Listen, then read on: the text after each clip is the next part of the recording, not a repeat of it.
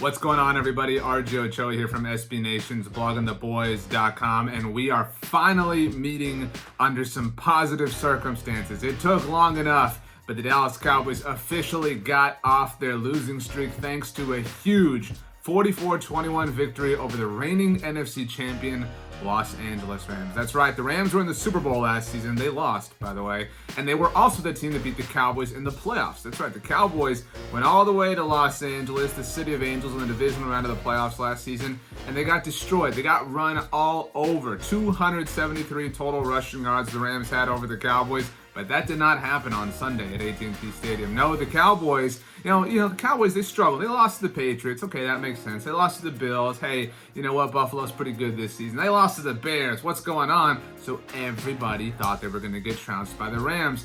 Not so fast. All right, I know the Rams beat the Seahawks week before. I know the Rams have Sean McVay. But guess who the Rams don't have? Kellen Moore. Guess who else the Rams don't have? Jason Garrett. That's right, Jason Garrett, baby. The coach we all believe in. Nobody ever doubted Jason Garrett. Everybody knew that Jason Garrett had this in him. We all saw this coming, right? We all knew that Jason Garrett was going to coach circles around Sean McVay. Look, in all seriousness, this was weird. All right, this was very shocking. It was hard to understand how the Cowboys dominated. And it's not just that the Cowboys dominated the Rams. They dominated the Rams because Jason Witten had a one-handed touchdown catch. Think about it. Jason Witten had a one-handed touchdown catch. Think who else had a big game for the Cowboys? Somebody else who had a catch, if you catch my drift. Sean Lee. The Cowboys beat the Rams with two dudes who are so old that they were around when the Rams were the first team to put decals on helmets all the way back in 1946. Shout out to Fred Gerke, by the way. That was a pretty smart idea. But look, the Cowboys were incredible against the Rams, and it's frustrating, and it's awesome, and it's confusing because this is the team that we all thought the Cowboys could be this season. We all thought this team has a lot of talent. This team has a lot of offensive firepower. This team has defensive stars. This team can go out there and compete with the best of the best, and they certainly did that against the Rams. But why then is this the team that lost to the Jets? Why then is this the team that was down 31-3 to the Packers?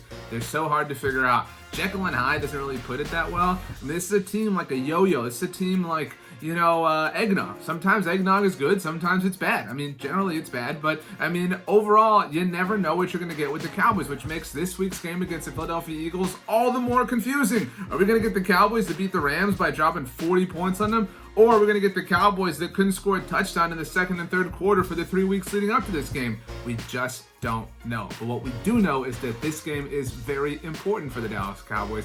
We've gotten a lot of questions so far this week in terms of, well, what does this mean? How do the Cowboys win the NFC East? What's going on? This really comes down to one of two possible roads. If the Dallas Cowboys win on the road in Philadelphia this week, guess what? Boom! Hat and t-shirt. The Dallas Cowboys are NFC East champions, and they are effectively the confirmed 4 seed in the NFC playoff picture, which means they will host the top wildcard team. Looks like that's going to be either the San Francisco 49ers or the Seattle Seahawks. Now, if the Cowboys lose to the Philadelphia Eagles, and let's be honest, it's kind of probable in some ways, but if the Cowboys lose, that does not put them out of it. If the Cowboys lose to the Philadelphia Eagles, then they become very big New York Giants fans, because if the Giants then beat the Eagles in week 17 and the Cowboys beat the Washington Redskins, that would mean that the Cowboys would then be NFC East champions. So either the Cowboys beat the Eagles outright and we all party, or the Cowboys lose, the Giants win, and the Cowboys win, and then we wait a little bit longer to party, maybe, right before or after you open your Christmas presents. I don't know when you're going to do that, but the point is the Cowboys really would have to do something kind of crazy to lose this division, which has been the case for so long. They're very fortunate to be in this position, and who knows, maybe they can find a way to get, cute, get wild, get crazy, and do something fun like win a playoff game. Let's mess around. Let's just, we're in such a weird place. You ever you find yourself awake at 3 a.m. after you've been up for so long, and you're just like, man, whatever happens at this point, I don't care, because I don't even feel awake anymore. I don't feel asleep or anything. That's kind of where we're at with the 7-7 Dallas Cowboys.